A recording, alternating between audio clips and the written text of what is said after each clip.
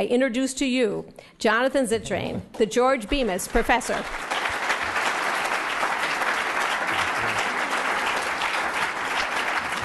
There are communities of scholars out there, and cyber law is one of those fields that has had relatively recent beginnings, and from its beginning, its existence questioned. The famous article by Larry Lessig on the law of the horse catalogs Judge Easterbrook, wondering why there's a cyber law at all. It makes no more sense than it does to have a law of the horse. And in the early days, a lot of cyber law was focused around intellectual property issues and what the online world was doing with the copying of information. And that then receded, and it was sort of quiet for a while. There wasn't a unifying thing. We each went off into our own corners and worked on different things. And I think I feel another centripetal moment coming on. And what I thought I would talk about today would be some of the joy and excitement I'm feeling in the face of a new set of really puzzling challenges that have feels like overnight, but probably more accurately just in the span of 6 to 18 months, have come into the view of multiple people simultaneously, not just within law, but across multiple disciplines, as we're all trying to figure this thing out. And that's really what I wanted to talk about today. So how to talk about that? Well, one kind of anxiety of our time that will definitely, I think, date this talk as circa 2015 are the worries around what artificial intelligence is going to do to us. Bill Gates, no less, like, funny that he would be worrying about it, but yes, Bill Gates is really worried about the threat posed by artificial intelligence. Here's Stephen Hawking, famed theoretical physicist, worrying about it. Elon Musk said that AI is nothing short of a threat to humanity. With artificial intelligence, we are summoning the demon. And Nick Bostrom, philosopher at Oxford, where I spent several years, has this wonderfully Newsweek kind of view on it. Like the end of every Newsweek article is, the future is unclear, but one thing is certain. If things don't get better, they could certainly get a lot worse. He says, superintelligence could emerge, and while it could be great, it could also decide it doesn't need humans around or do any number of things that destroy the world. So, you know, anyone's guess. Let's just wait and watch. Let's just see what happens. And I, without spending the rest of the talk on it, want to ally myself with those who don't see AI as a big threat. I'm actually more optimistic than I am pessimistic about it. But this kind of existential angst, second only to zombies these days, is capturing a set of anxieties within us that have to do with technology, autonomy, power, and control. And those are feelings that aren't coming from nowhere. Those are feelings that really are coming from the development of technology, wholly apart from whether there's going to be The Terminator as a documentary. And so I want to situate these anxieties in a much more present and concrete context. So here's present and concrete, or slightly past. This is it, the PageRank algorithm. This is what Google originally used in its nut to figure out, when crawling a ton of web pages all over the place, what to rank what, so that when you put in a search term, something would come back. And it's parallel these days, the Facebook newsfeed algorithm, so secret I don't have anything to put up on the screen except its result rather than the recipe. And for those of you who have been really working on that book for a while and not doing anything else, the Facebook newsfeed will populate your screen with all sorts of stuff, one thing after another that might interest you. If you like it, you click like. If you don't like it, you click like. And you don't know, among the many hundreds or thousands of things that could appear, how Facebook decides what's to show you. And I want to now run through basically 5.5 hypothetical or not so hypothetical situations and capture the zeitgeist of this room of 2015 as to how we feel about each of these. So for each of these, at the end, I'm going to call for a hum on your view. And if you agree one way at the right moment, you'll hum. And if you think the other way at the right moment, you'll hum in the other direction. And we'll see where we stand. So here's the first hypothetical. This is Facebook news feed oriented. And of course, the feed doesn't just show you stuff on the basis of it being off in a corner. It's learning about you as you act on or near Facebook. And in this case, for instance, Facebook can predict when two Facebook members are about to enter into a relationship, possibly before even they know it, which gives them an opportunity to decide to move things along a little bit by populating the other's feeds with positive things about the first, or if it decides it's not a good idea, or a would-be in-law who's not pleased, writes them a check, could decide to pull them apart, kind of thing. That's a little far-fetched so far, but with this kind of knowledge, you can imagine a more concrete hypothetical that I broached last summer, based on this very real experiment done off the congressional elections of 2010. In that November of 2010, Facebook, in conjunction with some researchers, did an incredible thing. They salted the news feeds of tens of millions of visitors to Facebook on Election Day from North America with this message that says, today is Election Day, you can find your polling place, and here are some of your friends in particular who have voted. Facebook is in a privileged position to know that.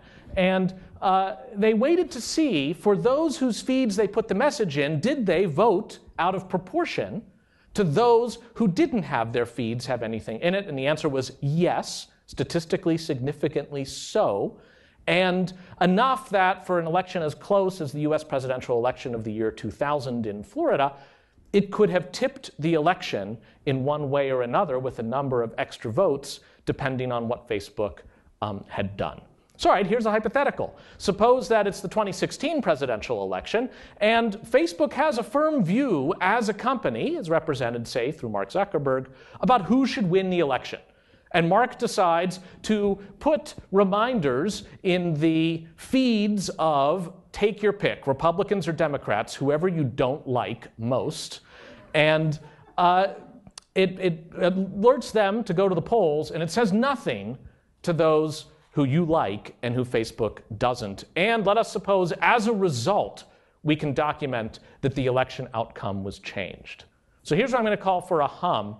At the count of three, if you think that that would be an awful thing to do, Facebook absolutely should not do that, and if it did do it, they should possibly be in line for some form of punishment. Let me know with a hum on the count of three. 1, 2, 3. All right, so a somewhat uncertain hum, but consistent.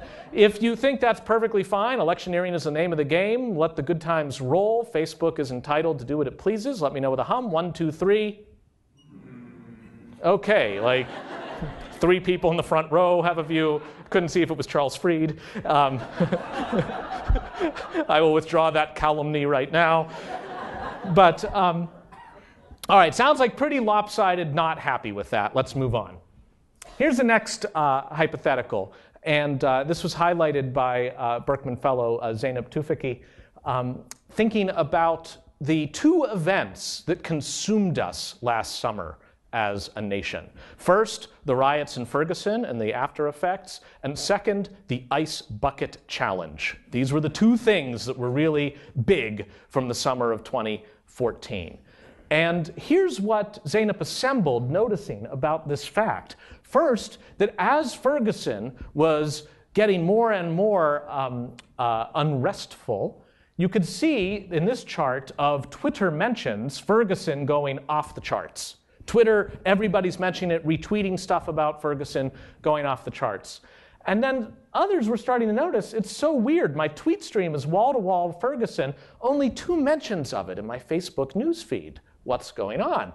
And in fact, it does turn out that Facebook news feeds had many more ice bucket challenges than they did talk of Ferguson. So here's now the hypothetical. Suppose it's the summer of 2015, and it's not Ferguson, it's some other town, and we don't even know why, but there is unrest in that town. And you are at Facebook, and a law enforcement official, perhaps the new US Attorney General, calls and says, I'm not going to order you to do anything, but I want you to know that unrest is looking like it might spread to other cities. And we have reason to think that when people are uploading videos, well short of incitement, but still that are showing unrest in this town, it might spread to other towns. We are asking, as a civic duty in the interests of protecting safety, physical safety, We are asking you to do a few fewer shares in news feeds of video of violence taking place in this town and a little bit more of the ice bucket challenge of the day. Okay, that's the question. How many people say, absolutely not, I will not do that. Whatever this roulette wheel of an algorithm that even I don't understand spits out is what they're going to get, by gum. I won't hand tweak it. How many say that? 1, 2, 3. All right, very confident humming now. How many people are like, I am open to that discussion because I believe in saving lives? 1, 2, 3. That was, if you're laughing while humming, it's hard to hear, but less enthusiasm about that. Okay, let's mark that. It's less enthusiasm than the first at this kind of maneuver. Should say, by the way, one inference about why there was less Ferguson on Facebook, much was ascribed to Facebook somehow in cahoots with the government trying to tamp down news out of Ferguson.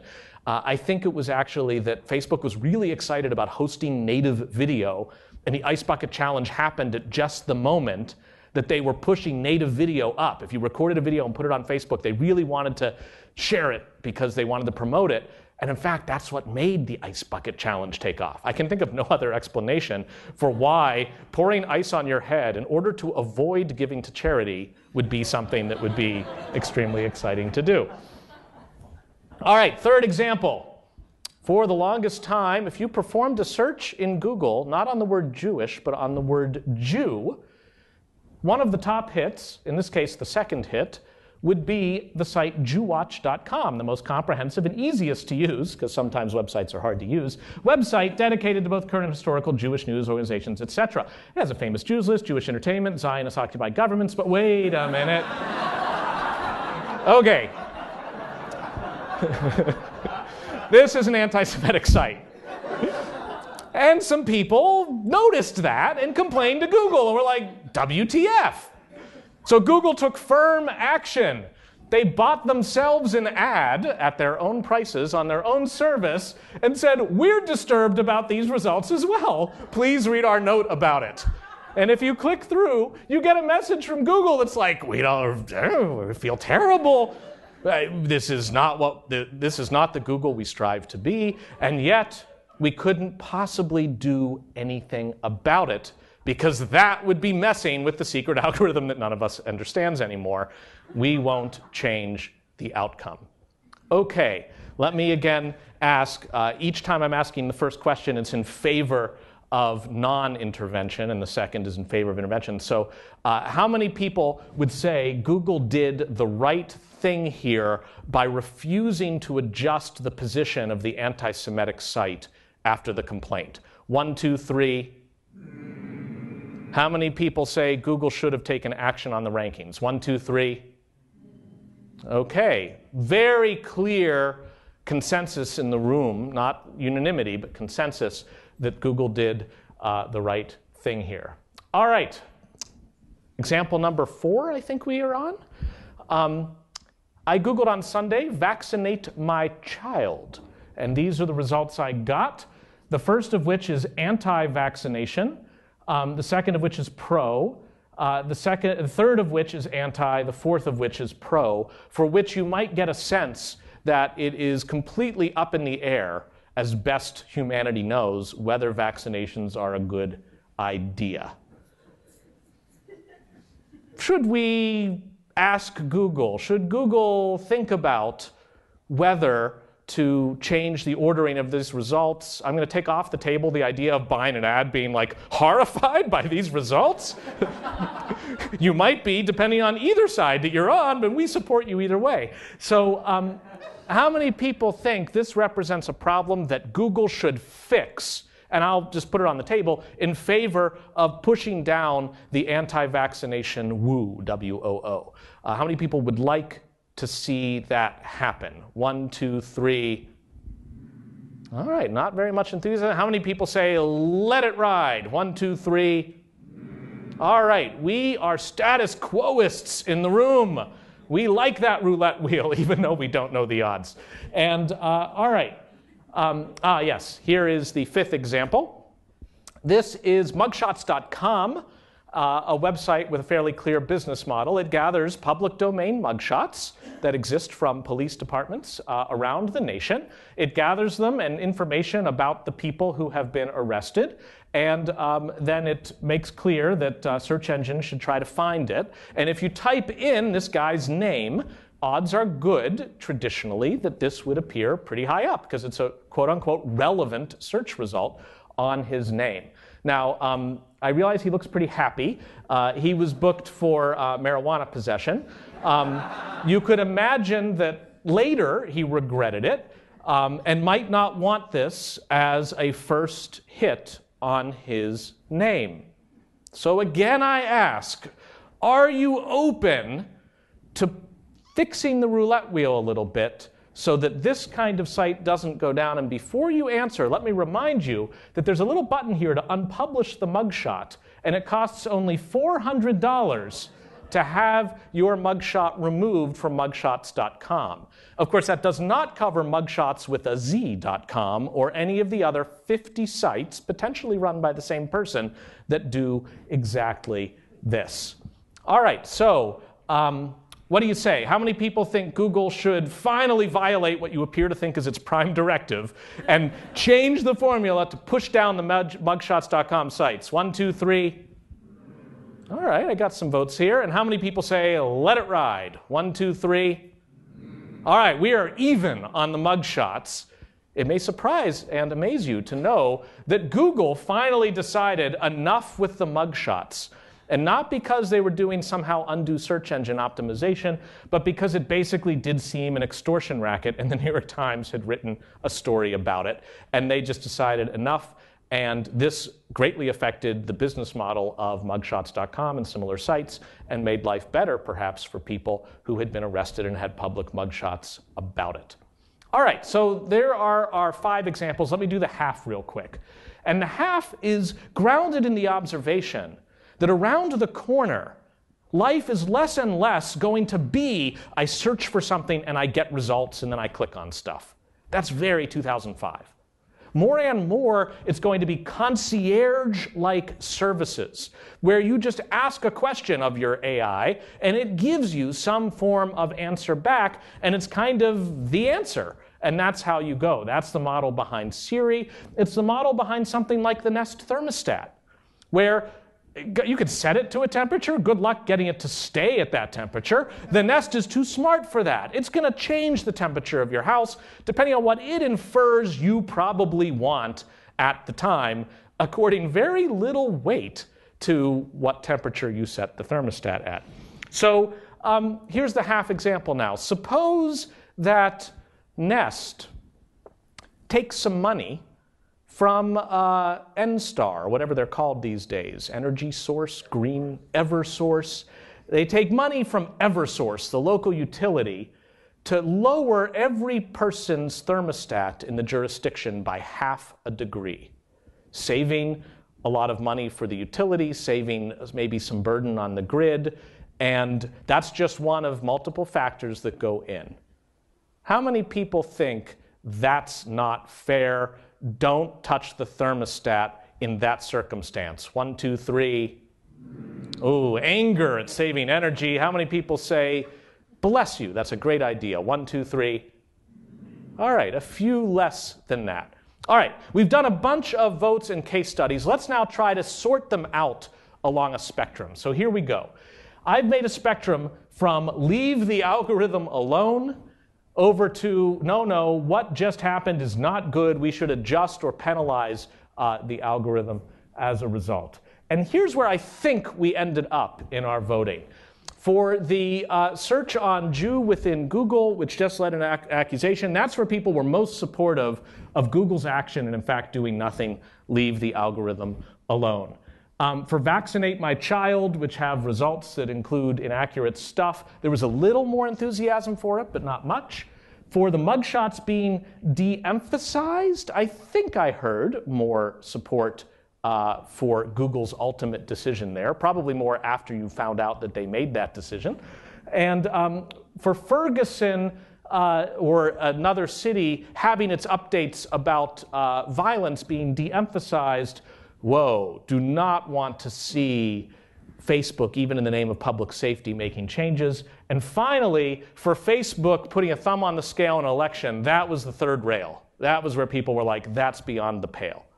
So how do we make sense of our range disclosed as a group of feelings about this, other than to say, I don't know, we just seem to feel different things about different ways about different things? Well, here's a couple ways of thinking about it. One is offered up by Randall Munroe. Randall Munroe is the creator of the XKCD comic, and Randall has lots of time, and lots of his comics are about taxonomization and categorization and stuff.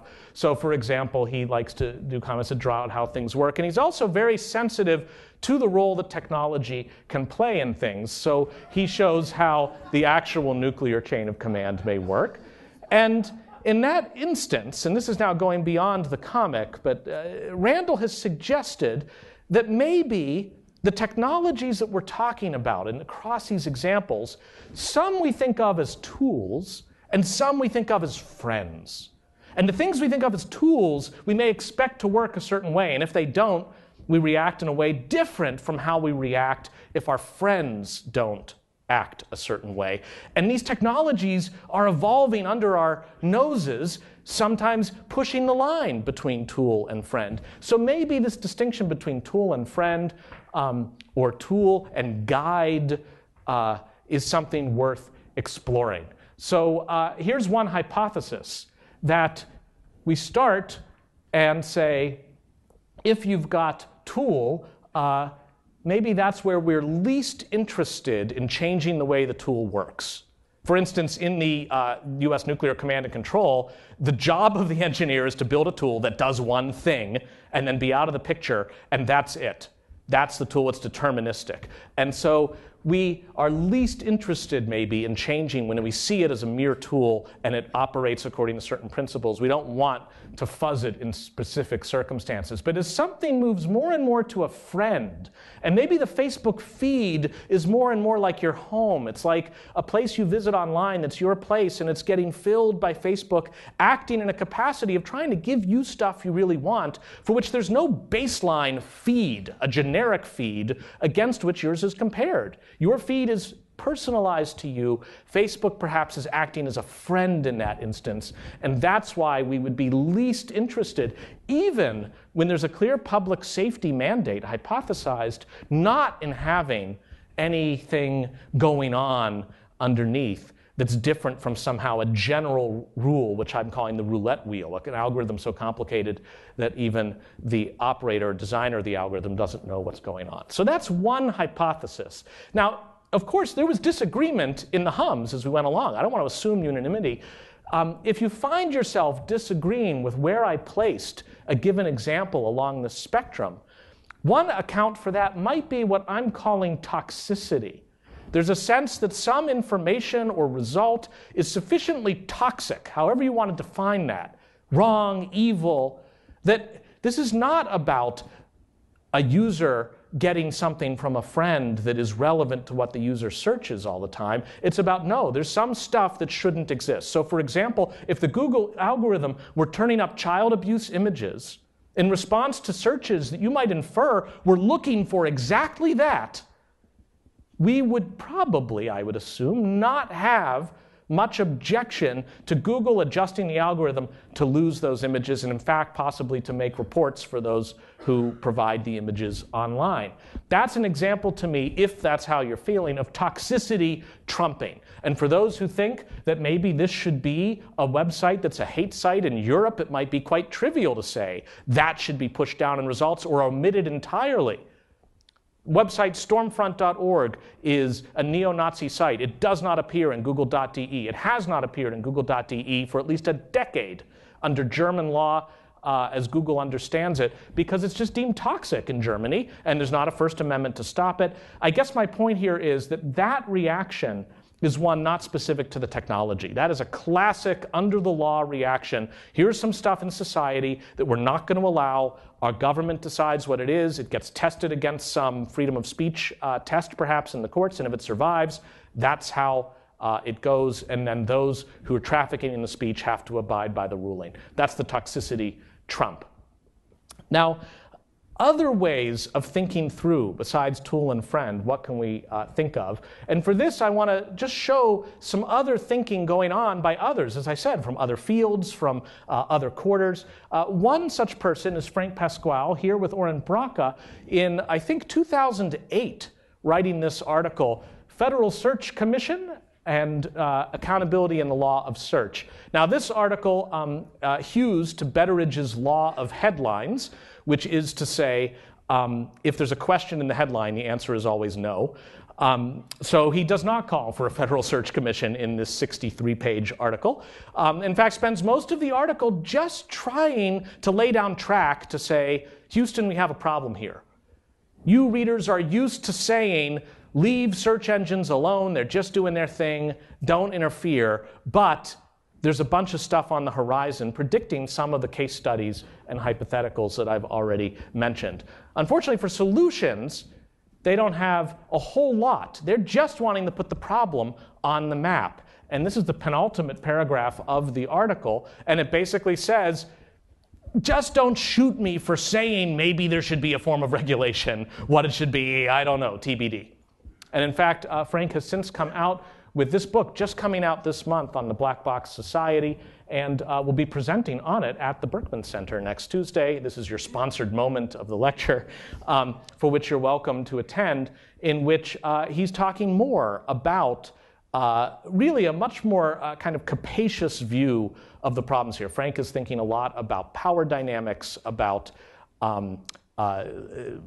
colonialism, about capitalism and such, but a very interesting view, not as much driven in the technology as what we're talking about today.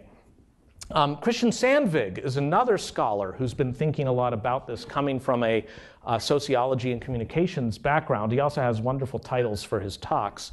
But the thing I wanted to draw out of Christian's work is he's come up with another axis, not tool or friend, but he says, here are two questions to ask about a technology with what we would call algorithmic consequences. First, is what it's doing predictable by the designers? Do they know what it's going to do? And second, can users discover what the designers can predict? And the choices that he's most interested in are when it is predictable but not discoverable by the users. And what would an example of that be not in the technology realm? Probably the Harvard-Yale game of 2004, where at halftime, members of the Harvard pep squad went up and down the aisles in Soldiers Field on the Harvard side, distributing colored cards so that at the right moment they could be given a signal like a North Korean rally, hold up their colored cards and spell out a message to the other side of the field, which at the signal turned out to be different than expected because it was not the Harvard pep squad. It was the Yale pep squad in disguise, and this was the resulting message at the game. So this is a great example of an algorithm that is entirely predictable by the designer, but not discoverable by the users until it's too late. So what would that mean technologically? Well, so I think for almost all of the examples, 5 at least, I won't go into the half yet, all of them are pretty much in these category of predictable if you're intervening by the designer, but not so readily discoverable by the user. You won't know what you don't know. And that means solution-wise, if you think any of these would be a problem, if you're not in favor of this kind of action, you might say, well, let's just make things discoverable. This naturally gravitates towards a transparency rule of some kind. And sure enough, we've had people, including Nicholas Diakopoulos, who is coined the phrase algorithmic accountability. It has alliteration going for it. Nicholas has written a wonderful paper with advice to journalists who are trying to deal with issues like this as they write stories, and talks about how important it is to try to encourage transparency among the likes of Facebook or Google, and when you don't get it, how to try to game the process so that you might be able to reverse engineer what's going on and find out what those cards are going to say before you actually hold them up. But now transparency has its limits, and these are limits well known to legal scholars or policy folks. There are all sorts of times when disclosure isn't enough. I will often ask a torts class, if there's rancid meat in the supermarket and the supermarket knows it, but the shopper doesn't, seems to meet these kinds of criteria, is transparency the way to go? Like stick a sign and it's like rancid meat, half off? Or is it like maybe it shouldn't be on the shelf at all? This is a test for your free market libertarian kind of thing, but we tend to like to live in a world where we don't always have to read the fine print not to fall ill.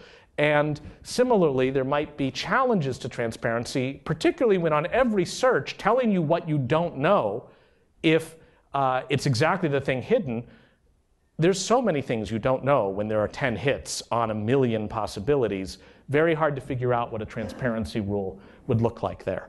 And that's why I would shift to other approaches, complementary approaches. And one of them is inspired by Jack Balkin, a conversation with him actually at a symposium thrown by the Harvard Law Review here last spring, is the idea of information fiduciaries.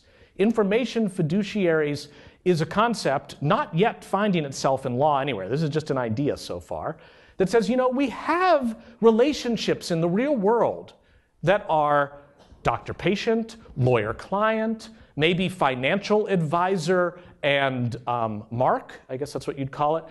When I say maybe, of course, by the way, with financial advisors, you know there are two types, fiduciary and non-fiduciary. And fiduciary just means they have a duty to put your interests first. That's all it means.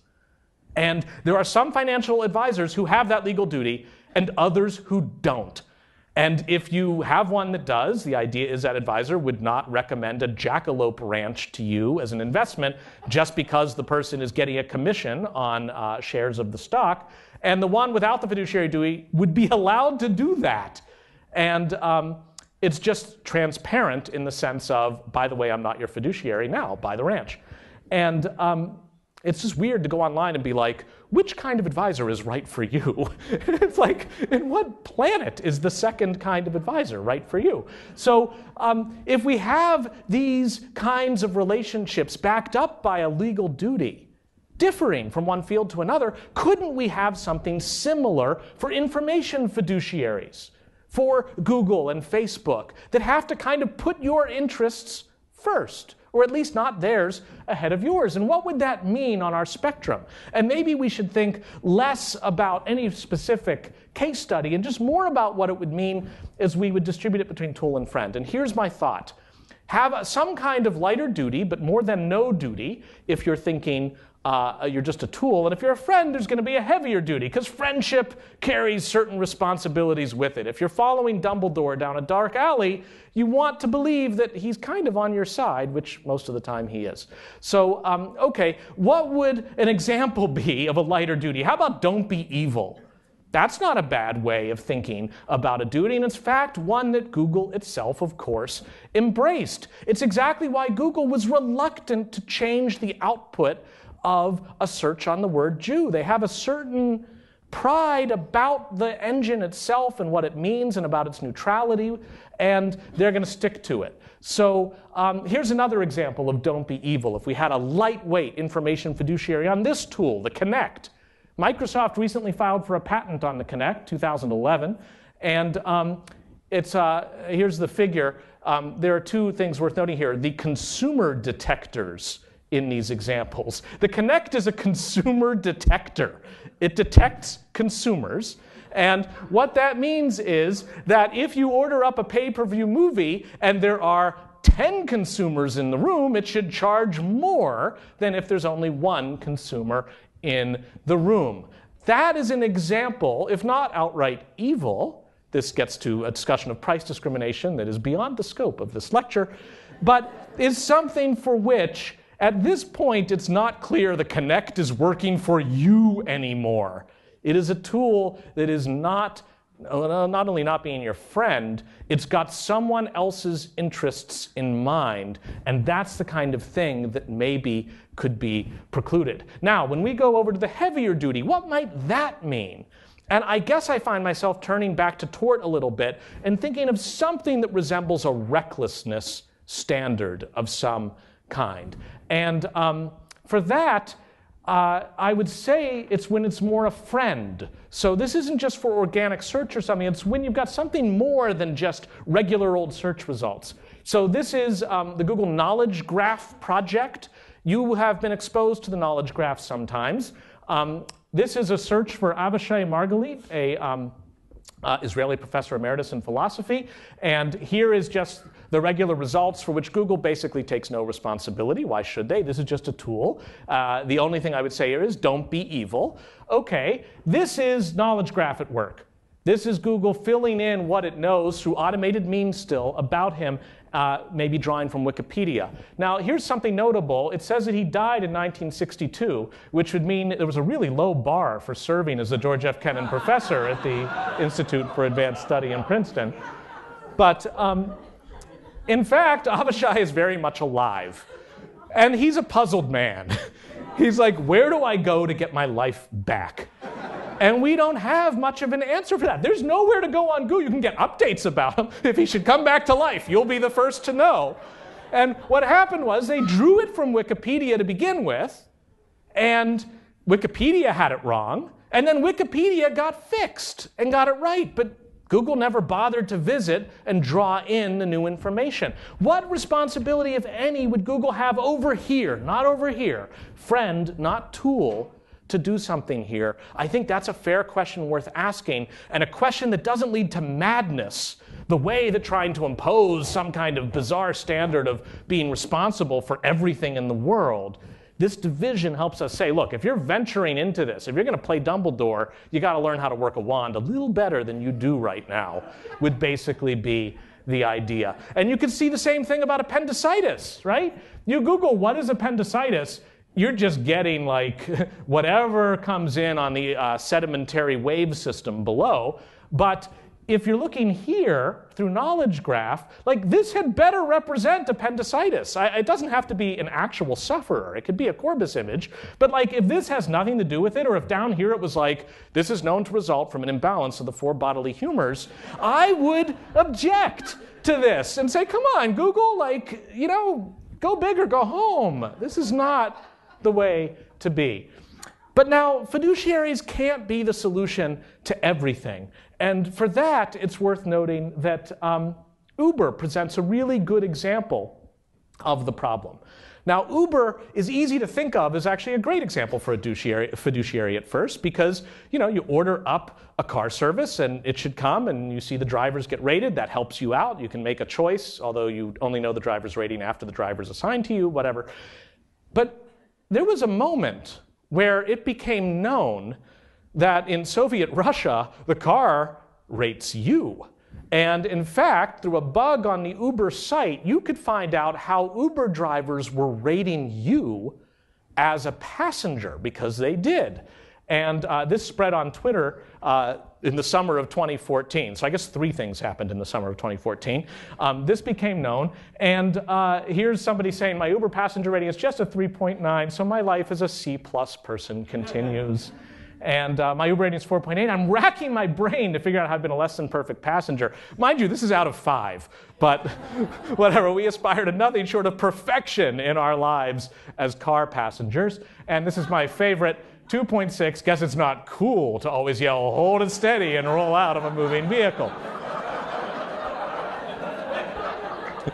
We should say, by the way, there are now services that can buy that information from Uber and use it in job selection and other sorts of things, but that's a different talk having to do with scaring you about personal privacy, which can always do at any time. So this is an example, though, of kind of a two-sided market.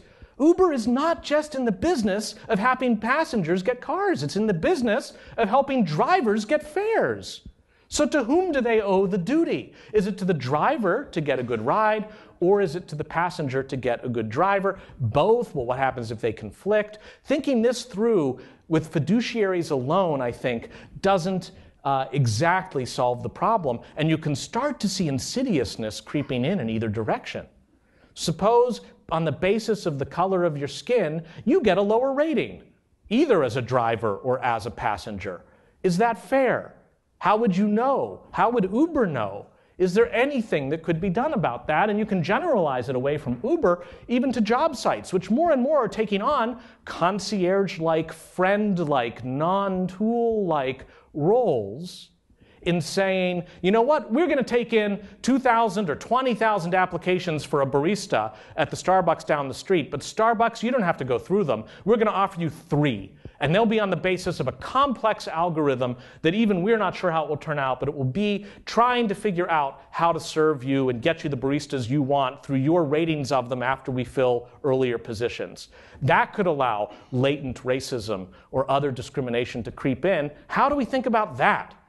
Well, in this case, the law has had a lot to say about that over the years.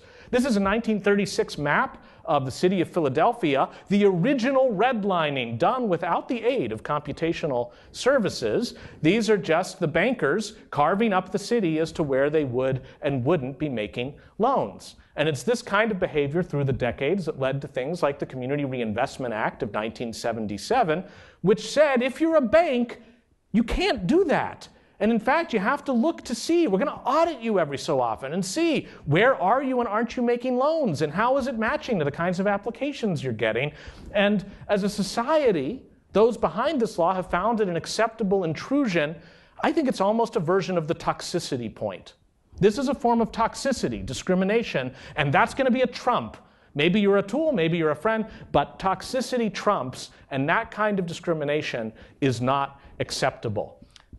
The only thing kind of to worry about here is discrimination can be so widespread and across so many services, this really works best as a stovepiped solution. You pick a narrow domain, one where you can compare apples to apples, discern a disparate impact, remove factors that might account for it that don't have to do with discrimination, and that means housing, employment, very specific fields in which that might happen, either through mechanisms like this, or there's some really interesting technical work going on in the computer science side of things where researchers like Cynthia Dwork and others are looking for formulas that could prepare data before it goes in to an algorithm like that of Monster.com to see to it that the data has been situated so that like people will be treated in like ways. And I won't attempt to summarize how it works in this paper, except to say that it's extremely complicated, but that's the kind of work that Cynthia and others are doing to say, could we have algorithms that would try to get the stage set so you don't have to go in and try to audit things later and be really intrusive, but still try to have some assurance that you won't have the kind of discrimination that we don't like. So, okay, that's a tour of predictable by designers and discoverable by users. But really, the last riff that we were just on gives a hint of the harder problem. What happens when stuff isn't even predictable by the designer? The discrimination is not intentional. It's just an emergent characteristic of the system. And for that, we have a real challenge. And there are lots of systems that are emergent in their properties. It is said, it might be apocryphal, but not so much so that it stopped Salon from writing this article about it, that House of Cards was not like they sat around the writer's room and were like, you know what we need is a House of Cards. But instead, they went through all the data of people who like this, like that, and the machine turned the crank, and it was like, Kevin Spacey, now.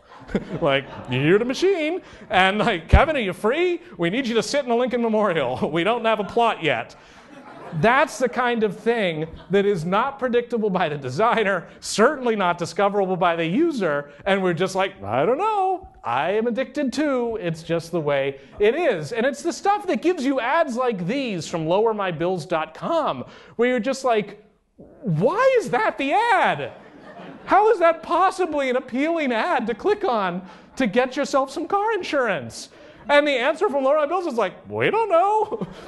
We just took some stuff and kept putting it on. And you know what? People click on this stuff.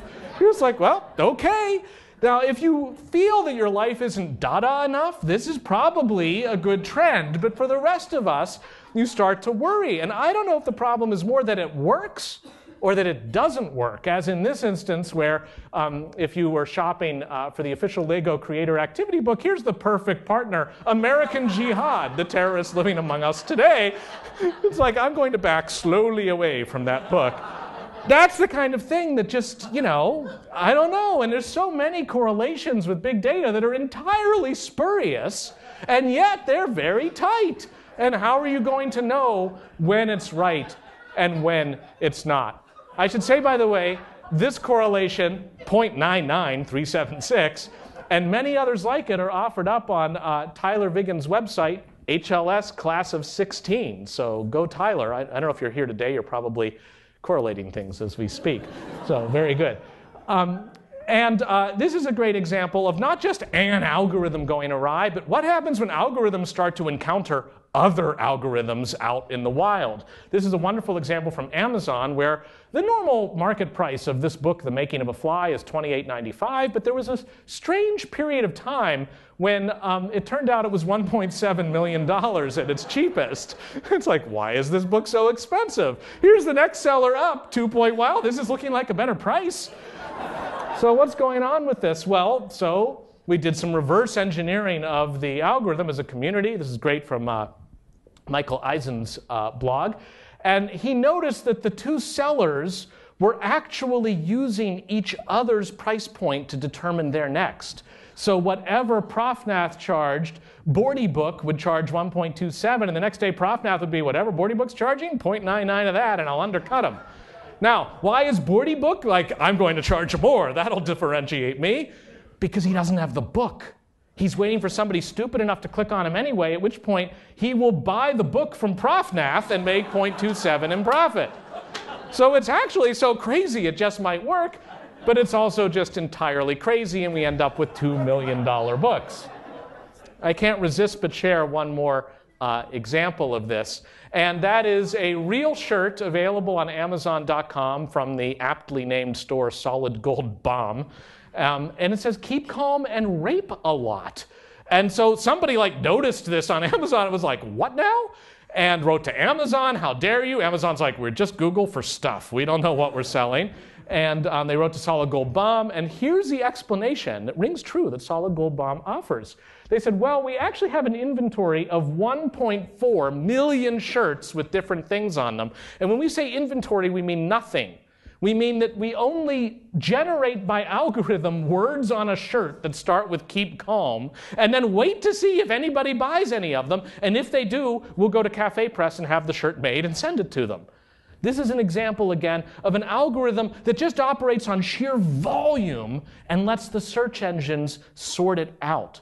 Undiscoverable, really, even by the makers, as to what they are in fact doing or offering up to the public. And don't think academia is immune either. This recent scandal is quite notable when 120 gibberish papers appeared, not just randomly online, but in Springer and IEEE. These are journals, I guarantee you, over at the library, we pay your tuition money to subscribe to these journals. And it does make me kind of think we should get our money back because we have enough of our own gibberish. We do not need to import it. And when I say gibberish, let me be clear. These are words that have no meaning whatsoever. This is not like a poorly written paper. This is a paper that a human mind never experienced or wrote. In fact, they were written by this MIT gem called SciGen, the automatic computer science paper generator, for which I gave it a whirl. And here's Violet, a methodology for the improvement of rasterization. And it's like a full paper I could submit to a journal. And it felt so wrong to even generate this on the screen. It felt like thought crime. I intentionally misspelled the names so that there couldn't be some scandal 6 months from now about that's not, or that would become my most famous and well-cited paper. So this is a problem within academia that somehow it would make sense for people to do that and for journals to just publish it. Hello? And how did Springer and IEEE react? Well, rest assured, they have now, after an intensive collaboration, come up with a SciGen paper detector. So you can rest assured that another machine has tried to detect the first machine to put the nonsense paper into the annals of human knowledge.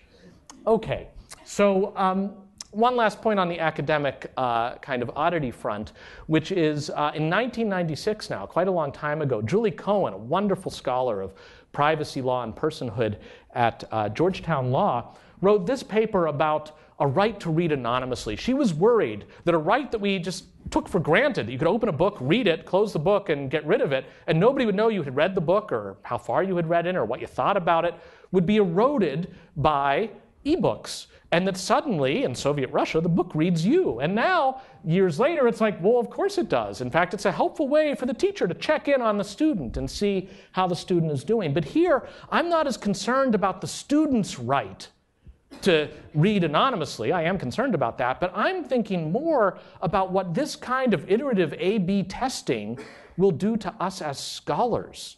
We're going to write stuff, and I cannot tell you that I could resist the temptation. If I find out that it's the 4th paragraph of chapter 3 of The Future of the Internet where I lose them, that's where they all stop reading, I'm going to put a picture of a cat right under that paragraph and be like, there's more where this came from. And these are ways of adapting to a market demand for which scholarship isn't always that. There are hard truths that maybe 90% of the people aren't ready to hear yet, and they're going to throw that book away. But the 10% that tough it out and keep reading, those are the people you're actually trying to reach. And these are the kinds of algorithms affected by humans that we're going to face as academics, asking us about our own identities. Now, here's just a snapshot from earlier today of Google searches. 2.7 billion searches so far of Google today, adding up to about 1.2 trillion searches a year. This is, remember, double X, not really predictable by Google, not discoverable by the user, what goes in or out of it. How can you impose any standard to Google on what searches say when we're talking about this volume of stuff? I don't think that you can. So here's a last kind of crack at another approach that maybe could help. And the idea is maybe there should be more than one search engine. You know, I think we like to sort of chortle a little at Bing because, you know, Microsoft had it coming. After all, 20 years ago, they did some bad stuff. But there's a thought that says, you know, there should be more than just one place for your searches. And there should be more than just one social network. This is not what should happen when Facebook goes down. It should not be national news. It's like, Facebook is down. But there's no way for you to know because you don't watch the news anymore. You're just hitting reload on Facebook. Like, we need competition. And there were days early on when there was competition. Do people remember Dogpile? Yeah, some. All right, those were the days. Dogpile was the search engine of search engines, and it searched multiple search engines at once. And you know, if one is putting a thumb on the scale, or forget the thumb on the scale, we're talking about X and X, so it's not even predictable to the engine where it's screwing up. Have multiple engines with competing engineers that end up in different cul-de-sacs with their A/B testing, and the users can then see from those different engines differences in what they're doing. And there was a time when there was more than one auction site. There was Yahoo Auctions, for example. And this site, Bidder's Edge, would let you search all of them simultaneously and thereby get the best deal on the thing you're looking for. What stopped Bidder's Edge? A lawsuit. A lawsuit under the idea of trespass to the chattel of eBay. That the hamsters on the eBay server reels were running too fast, serving up pages for Bidder's Edge to scrape, and therefore Bidder's Edge had to shut down. And that accelerated the primacy of just one natural monopoly through network effects for your auctions. If there were multiple sites searchable through a dashboard, that could be much more helpful. Or just think about this. Right now, if I tell Siri I need a ride home, all right, Siri hasn't gotten around to that yet. Siri's just like, I feel you. But should this just be, fine, Uber is what you're getting? Or should it be like, all right, here are 5 services. You can compare the prices. If you're a driver for Uber and you don't feel you're getting good shake, should you have to leave Uber? Should you be able to be a driver on your phone for multiple services? And be like, I'm ready to take a call from any of the 5 pipelines that come in. I know I can do only one at a time, but I'll just do the one that comes next. That kind of competition is what we stand for. It's why we trust the market. It's why we feel comfortable being chary of regulation. But the reality is shaping up not to have that competition. And to imagine the law assisting, as it did in the Bidder's Edge case, in not having that kind of competition strikes me as very wrong-headed and something that would be an easy, easy fix to make. Now, there's one more thing I want to say on that front, which goes more fundamentally to the nature of competition, because it's not just one company against another. It's the idea of collective hallucination, open facilities, versus the more traditional proprietary and perfectly acceptable so-called closed ones. And here's an example to think about that. OpenTable is something probably many or all of us have used at one time or another. Many restaurants advertise their tables through OpenTable. And it turns out the restaurants hate OpenTable, because now that they're signed up and they need the stream of reservations coming in, because it's pretty much the eBay of restaurant reservations, they're finding the prices to be so high they're making almost nothing off the tables from OpenTable. Did there need to be an OpenTable, and the only hope being that, well, let's have 3 of them and hope that they compete? I think it could have been different. And for that, it's worth looking at an idea that has been percolating for years, really since the advent of the web. And that's the idea of the semantic web. And I'm now at the point in the talk where I worry about an Annie Hall moment where like Marshall McLuhan comes on as like, you know nothing of my work, because I see that the Tim Berners-Lee, the inventor of the web, is here. So going to tread carefully, but Tim didn't just invent the web. It's like in this season, talk about Dayenu. It's like, no, he did more. He actually went so far as to conceive of something called the semantic web, which, as I can best understand it, treading carefully, the semantic web says, what if people putting stuff online, on web pages, setting stuff out for the world to see, were a little bit more structured about their data? They made it easier for a crawler, a machine crawler, not a human so much, to crawl that data and get a sense, I see this is a train timetable. Oh, I see this is a list of tables available at a restaurant and the times at which they're available. If you could do that as a restaurant, rather than the traditional approach of a flash site that nobody can use, you could see anybody writing an easy crawler to offer to users that would say, here are the tables available at restaurants. If you'd like to reserve one, we'll shoot a note through to the respective website of the restaurant. No intermediary of any particular kind, just a web of open, structured data. That's the kind of promise I think that the semantic web could and still does offer for problems of the sort that otherwise we're looking at almost too narrow a conception of competition to solve. And that's an idea that quite naturally is coming out of academia, that's coming from a different quarter.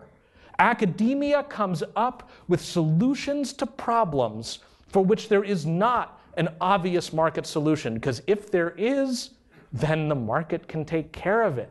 You don't need academia unless you see a problem so big the market can't raise the money to figure it out, or where you're creating or ideating a common good that if people can connect with and say, yes, I'll be a part of that, and get some momentum, possibly without only the Weberian animal spirits urging them on, you then get something that the commercial sector picks up on. That's the story of the internet over CompuServe and Prodigy. It's the story of the web over the stovepiped alternatives. And this is not something that has an ending. It's a constant kind of thing. It's what OpenTable could be. It's the story that Yochai tells in his Wealth of Networks. So it's academia that I think has that role, and that's been recognized. Here are 2 authors saying that, search engines use advertising, and that's a problem. That's a source of bias, and there's not an easy way for the market to strip that bias out all the time. And that's why they conclude, we believe the issue of advertising causes enough mixed incentives. It's crucial to have a competitive search engine that is transparent and in the academic realm. Who wrote these words? Lawrence Page and Sergey Brin in 1998 in their paper introducing Google to the world. That's the spirit. I got to say, I completely agree with Larry and Sergey. That's what we're looking for, and it's up to us to step out. Now, Google has still some of these feelings. This is, again, why they have pride about just changing search, and there's no intimation yet that they're changing organic search on the basis of somebody writing them a check. But Google is hedging its bets, you might say, a little bit. Not that long ago, Eugene Volokh, law professor at UCLA, announced that he had written a white paper, First Amendment Protection for Search Engine Results. You can see where this is going. You cannot reach in and ask any change to search engine results because it would violate the First Amendment. By the way, I wrote the paper as an advocate and not as a disinterested academic, but you might find it interesting nonetheless, i.e., I may not agree with the paper I just wrote, for which I so much want to ask Eugene, as an academic, what do you think of the paper you just wrote? He's like, I can't answer that. Cannot tell you. And it's funny because if you actually go to the paper, here's the first page of the paper, right? This white paper was commissioned by Google, but the views within it should not be ascribed to Google. Which I'm like, now I'm really puzzled. Who wrote this paper? Whose view does this paper represent? And the answer is no one's. It's not Eugene Volokh's view. It's not Google's view. This is just a view that arrived from Mars that the First Amendment should protect search engine results, which, of course, the paper is then credulously reported as Professor Volokh says that First Amendment protects search engine results. So there's an intertwining between academia and .com that's a line we need to navigate. And this is the final set of remarks I want to give, which is, of course, I couldn't give this talk without talking about this study. This is a study in the Proceedings of the National Academies of Science, one of the most distinguished journals. And it's people from the core data science team of Facebook and some people from the communication information science departments at Cornell. And they just blew through Betteridge's law of headlines. They're like experimental evidence of massive scale emotional contagion through social networks. This is like the AI threat is upon. No. Here's what they mean. They meant that they found through, in cooperation with Facebook, manipulating people's news feeds from what they were otherwise destined to be, that they could take some feeds and check out things that were about to go into them and evaluate them automatically for are they happy or sad. And for some people, they only gave them happy things, and for other people, they just gave them more sad things. And they found that people that had happy things in their feeds tended to share happy stuff in turn, and people with sad stuff shared sad stuff. This just in. Okay, that was what they found. This led to an uproar. There was something about this that had people feeling like Gandalf had just turned and strangled Frodo. It was just like, this is not cool.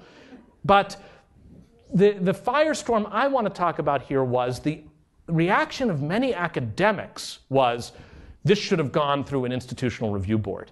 This should have gone through an IRB, and if it wasn't going to go to an IRB, academia should have had nothing to do with it. It just should have been published by the Facebook people, but keep academia pure. We don't want to be a party to this kind of, I don't know, they thought it was like the Stanford prison experiment or something, and that's why we can't have nice things. Like if we could just undo Milgram and Stanford, anyway, don't get me started. So looking at this, my reaction is the opposite. It's like, be careful what you ask for, because who were the critical parties to this experiment? Facebook. They didn't need the academics. They were just getting some extra cred in academia by publishing for the world their findings. If they don't publish for the world, in the words of the common rule, if they don't contribute to generalized knowledge, no IRB would apply. So Facebook is perfectly entitled to do all the experimentation they want, subject only to the restrictions hypothetical that we've brainstormed about today. As long as they're not publishing them, they're good to go. That strikes me as a terrible set of incentives. And the fact is, what ended up happening with PNAS is they did what Google did with explanation. They published an editorial expression of concern. Like, disturbed by this paper? We are too, as the publishers. But we're not going to retract it. We're just going to tell you that we feel very uncomfortable about what we did last summer. And like, that's all there is to it. But it's like, This world of data and algorithms is not a world for which there is a natural place for academia. It's one we have to fight for. This is the particle accelerator at CERN, also the original physical home of the World Wide Web. This particle accelerator is the kind of public good that it had to be a collaboration between .gov and .edu, metaphorically speaking, to generate it. And once that was done, the results go public because it's a public good paid by taxpayers and other foundations. It's in the realm of public knowledge. If it somehow was sensible for .coms to build these things, it's like Google just smashed some atoms. And we just want to tell you, the results are very interesting. A trade secret, but might be a Higgs boson. For us to know, you to find out. Like, that's the kind of thing that we wouldn't accept in physics. I don't think we would. At least we would want to think about it. And this is what our information landscape is doing. It's shifting. And when it shifts, you run into trouble because the values of academia cannot be guaranteed to come along with it. That's what Sergey and Larry were worried about in 1998. And sure enough, this book is not just a product. This book is War and Peace. This is an expression of humanism. This is humanity's one of its greatest works, to hear some tell it. I started reading War and Peace on the Nook not that long ago, and came upon this bizarre phrase in it, that a vivid glow had nooked in her face, and the flame of the sun was nooked by, what's going on here? So I searched for the word nook in the book, and it's all over. I mean, War and Peace is long, to be sure, but what's going on? And turns out every place the word Kindle appeared in War and Peace has been replaced by Nook in an accidental case of the worst product placement ever.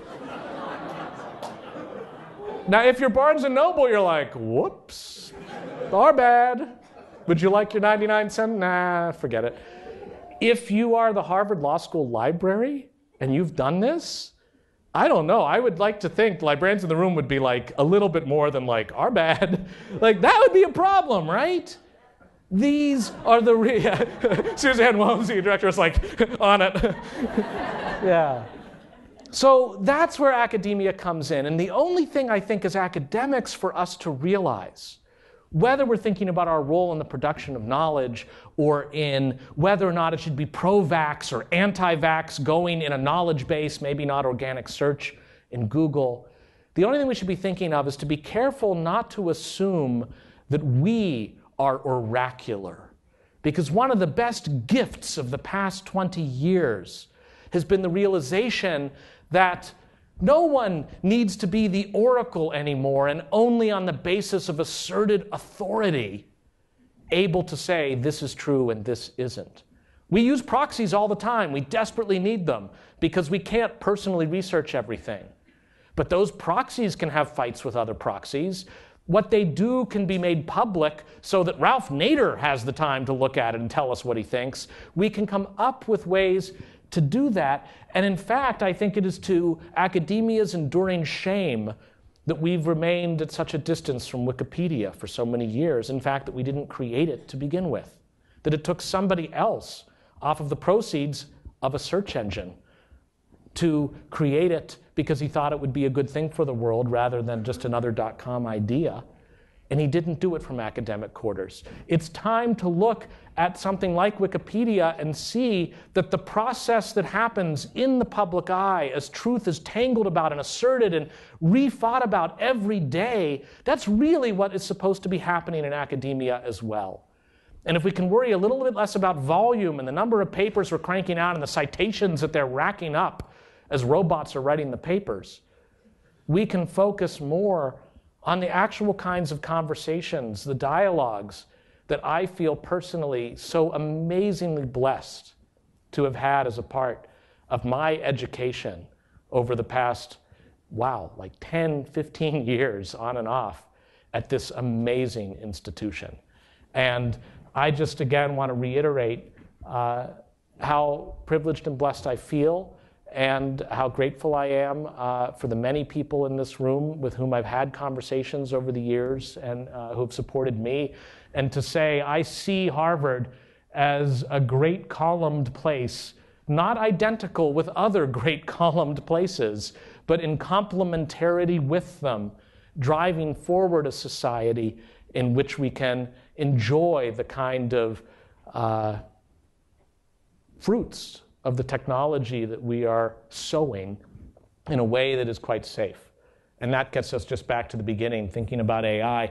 Nick Bostrom, in his book on superintelligence, likens the development of AI into a bag of marbles, for which if you pull out a white marble, it's a good thing. If you pull out a different color marble, it's a bad thing. And he's just like, one day we might pull out a bad marble, and that's it. And my book is over. It may be the case, but I like the fact that we can see inside the bag, and that we're going to be trying to do it through so many methodologies and have people whose full-time occupation is peering inside the bag and doing it for the intrinsic joy of it, a joy that I, again, feel so lucky to have experienced on many occasions. Thank you very much.